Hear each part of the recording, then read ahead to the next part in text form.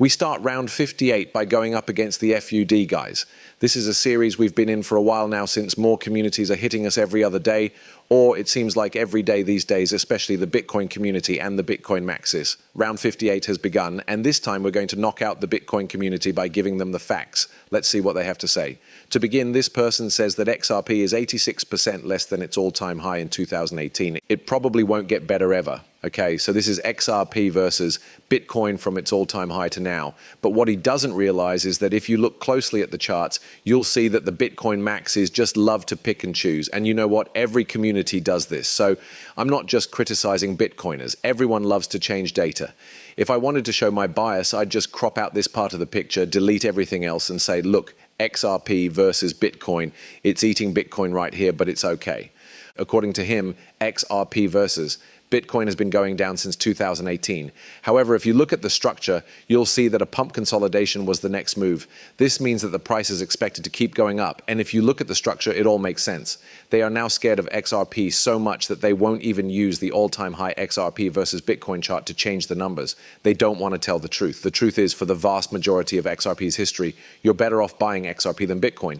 And here's the thing, guys. Someone may come out and be like, right, for Bitcoin's arguments, well, Bitcoin has rampaged way more than what XRP did, right, in terms of percentage. But here's my thing. Well, did you catch Bitcoin when it was at a penny, right? You most likely didn't. So that's what I have to say for that. It's getting so crazy that for those wondering how Bitcoin has compared to XRP as an investment over a longer term, I have recalculated what MicroStrategy's portfolio would have looked like if they had invested that same dollar value in XRP versus Bitcoin from the same time frame. If Michael Saylor would have invested into XRP instead of Bitcoin, which is the orange dots, okay, his net worth would be doubled right here, right now, right? So it all depends. I guess it all depends, not to mention you wouldn't have caught Bitcoin when it was under $10. You just wouldn't have unless you got extremely lucky.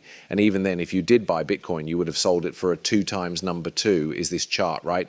Which compares XRP to XRP against Bitcoin, guys. And we see the spikes. Every time we see these spikes, XRP devours Bitcoin, okay? And holding wise, you would rather hold XRP than Bitcoin when you see these green candles appear. The reason I think it's like, this is the people who control XRP don't want to give retail the chance to buy in, right? So they immediately exploded, guys. It's every time. Even this cycle it happened, right? So that when the next pump happens, people are going to get caught off guard, especially these Bitcoin maxis. But little to the Bitcoin maxes realize, right?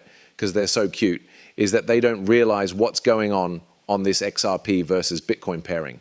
What do you see on this chart of all coins? Gordon, XRP versus Bitcoin is about to break through an 8-year resistance level. This isn't just a random breakout. It's a chance to make a lot of money that will last a lifetime. And guess what? The ETFs haven't been approved yet. Do you see why this is full-on manipulation? They're going to tie everything together and let this thing rage onto its fullest potential. XRP versus Bitcoin on a 2-weekly chart from 2017 to the present. What pattern is this? It looks like a bullish triangle, and if it breaks this area, which XRP is currently battling, the next target is, let's see, here's a triangle.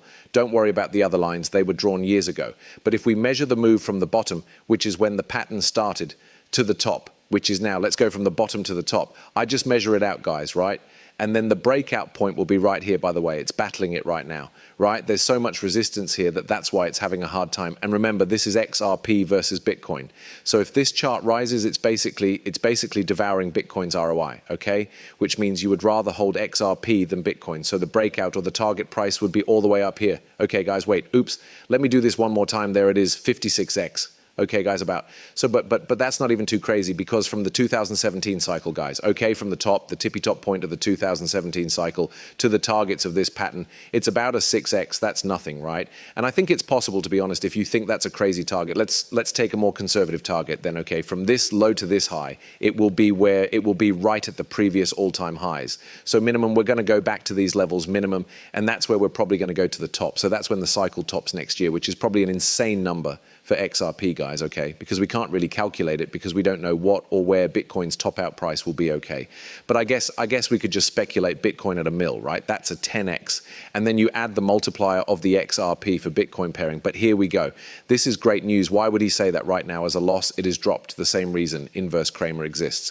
So according to Raoul Powell, XRP is the moron trade, guys. Listen to this, and the moron trade, which is always a good one, which is just buy the cheapest thing on the top 10, moron trade. So basically, His example here is what the moron trade is that, let's say you're somebody who's new to the crypto sphere, and then you go on CoinMarketCap, for example. You see all these coins, okay, from Bitcoin over 100,000, Ethereum over 4,000, XRP will catch your eye, because you're going to be like, wait, how come the Bitcoin and ETH are extremely expensive, but this other coin that's in the top 10 and ranked number 3 is only $3, right? Which will then catch your eye. So he was saying that people who are basically moronic will be buying XRP or these cheap assets, right? In terms of price, guys like Dogecoin 23 cents, and then Cardano like $1, right? Even Tron 35 cents. So that was his example here, because, you know, people are priced out of Bitcoin, Ethereum, but these other coins that aren't super high, they aren't priced out. Now, why is that a bad thing? It's not just a bad thing if the coin's technology is terrible and it's in the top 10 for no reason. If, say, the technology was better than other coins like XRP, you would be very lucky to buy it even though you know nothing about it, and you bought it because it was $3 and you're not priced out. You should consider yourself lucky, but I wouldn't call that a moron trade. No, not these other coins. I guess it depends on the technology behind them, so it could be and it couldn't be at the same time, because it depends on which coin you buy right now. Chaos and Coffee say XRP can't get to $1,000.